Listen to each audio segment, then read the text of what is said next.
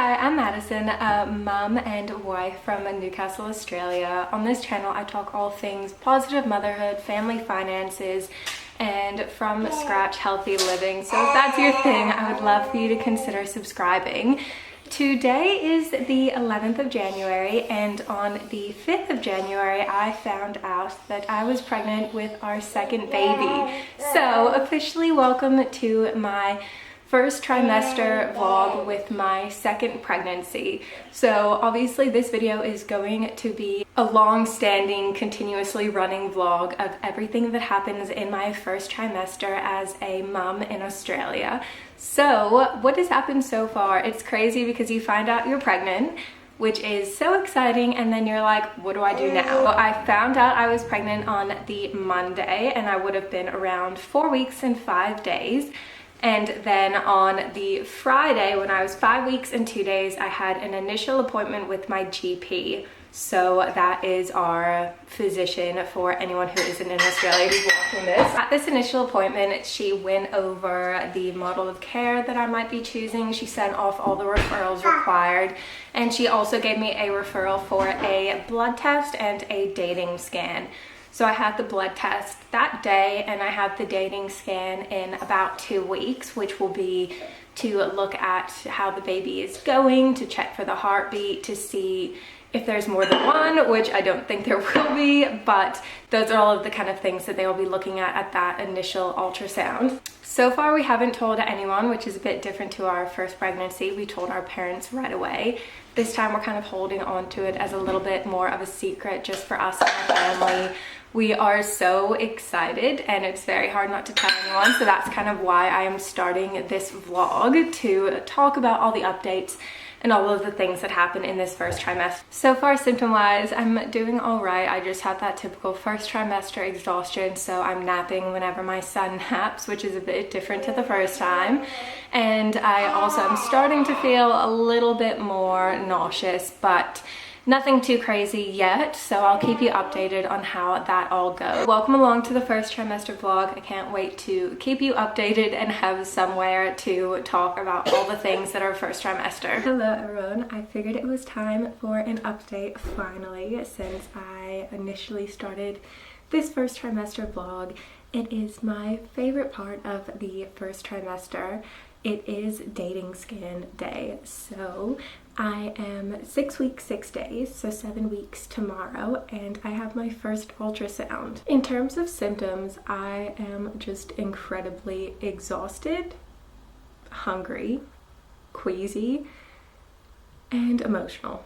I am someone who really struggles in the first trimester, just getting my head around the new pregnancy, what life is going to look like, wanting to make sure that everything is okay. So the dating scan does usually mark kind of a pivotal point in the first trimester for me, where I really just accept and surrender and feel a bit more at peace when everything is hopefully all right. So today I'm hoping will bring some good news, and I will be able to just be excited for this pregnancy and just start thinking about what things are going to look like and get a confirmation on my due date. I am also incredibly out of breath. This is something I struggled with the first time I was pregnant. It was actually the first symptom I had in my first pregnancy, which was crazy. I was not expecting that.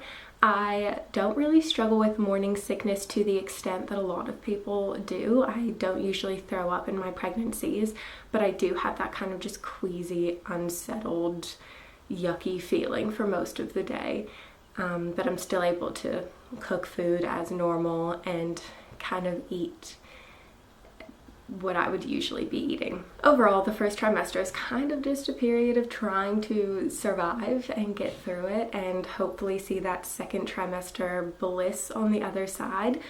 But I am starting to see the light at the end of the tunnel. I know I'm only 7 weeks, which is still early days, but I'm excited to see the baby today, hopefully hear the heartbeat, and I'll update you on how all of that goes. So just a quick little update. I've gone back for my dating scan, and I'm actually measuring a week earlier than the GP has put me down as, which makes sense based on how long my cycle was. Because we got pregnant around 13 months postpartum, my cycle was just starting to get regular again, so it makes sense that I'm actually a week behind. So I would be 6 weeks today, or 6 weeks tomorrow. So unfortunately they weren't able to get a good reading of the heartbeat, but they could see the sac, the yolk sac, all of those things, which is a good sign. So everything's in the right place. We just will probably need to go back in a week or two just to confirm the heartbeat and everything. So I'll see my GP in 2 days and she'll probably send me another referral, which is a little bit disheartening because obviously now I'm not as far along as I thought, and my due date will end up changing probably about a week later, well, kind of mid-September instead of early September, which is completely fine. It just means I have longer in the first trimester now than I was like mentally prepared for, which if you know, you know. So yeah, that's kind of the main update. I'll let you know what my GP ends up saying and when I have a repeat ultrasound. It is finally time for another update in this first trimester vlog. So I am 9 weeks and 1 day today. It is the 13th of February. And I have had another dating scan, which has come back beautifully. So everything is on time for what I expected it to be due to a later ovulation, all of those things. So baby is measuring well. They've updated my due date and it's now 1 week later, which is fine. And baby had a great heart rate. It was very strong. It was 165. So very, very pleasing to see. And my referral has been sent to the hospital for my initial screening appointment, 12-week ultrasound with them.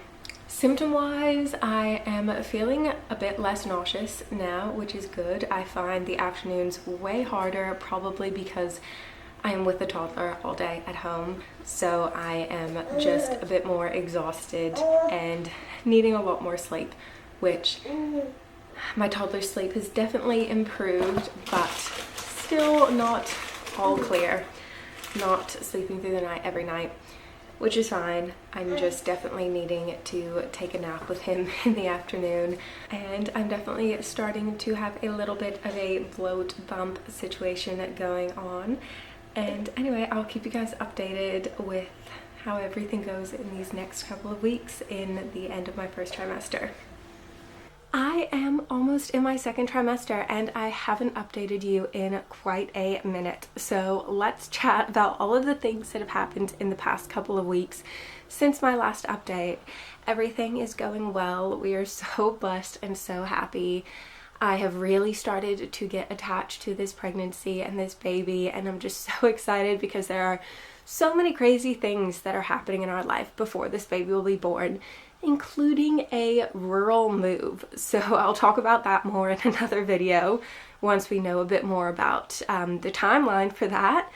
But we will be very busy until this baby is born, and I'm just trying to like soak it all in, enjoy this pregnancy, be as present as I can, and I am so happy that everything is going well. So we have had our initial appointment at the hospital local to us, and surprisingly everything has come back really low risk, which after my pregnancy and birth with my son, I was really worried about like what that whole process would look like and if I would be high risk from the beginning with this baby, and I'm not, which is such an answered prayer. But all of my blood tests, the nuchal translucency ultrasound, everything indicates that things are going well. My risk for getting preeclampsia again, especially before term, is very low considering I got it at 38 and 3 with my son, which was quite late in the game, and I pretty much had him the next day. So my experience with preeclampsia was really scary but really short, which we are very grateful for.